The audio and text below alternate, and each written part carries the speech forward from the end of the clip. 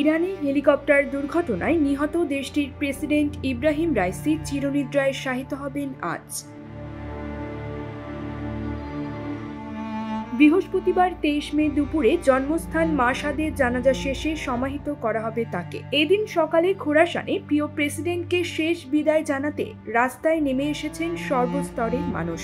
এর আগে বুধবার তেহরানে 50 দেশের 68 জন উচ্চপদস্থ কর্মকর্তা মরদেহের প্রতি শ্রদ্ধা জানান। এতে অংশ নেন কাতার, ইরাক, পাকিস্তান ও সিরিয়া, তুর্কমেনিস্তানের জাতীয় নেতাসহ বিশিষ্টজনেরা।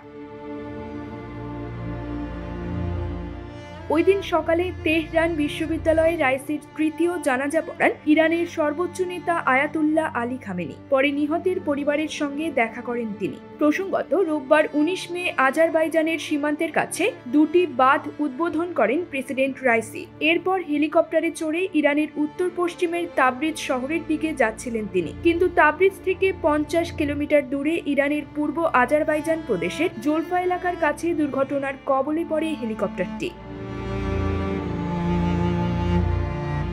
পরদিন সোমবার রাইসিকে বহনকারী হেলিকপ্টারটির ধ্বংসাবশেষের সন্ধান মেলে। দুর্ঘটনা কবলিত হেলিকপ্টারটি বেল 212 মডেলের বলে জানানো হয়েছে ইরানের রাষ্ট্রীয় সংবাদ মাধ্যমে। 1960 সালে একটি মার্কিন কোম্পানি 2 ব্লেডের এই মডেলটি তৈরি করেছিল কানাডিয়ান সেনাবাহিনীর জন্য।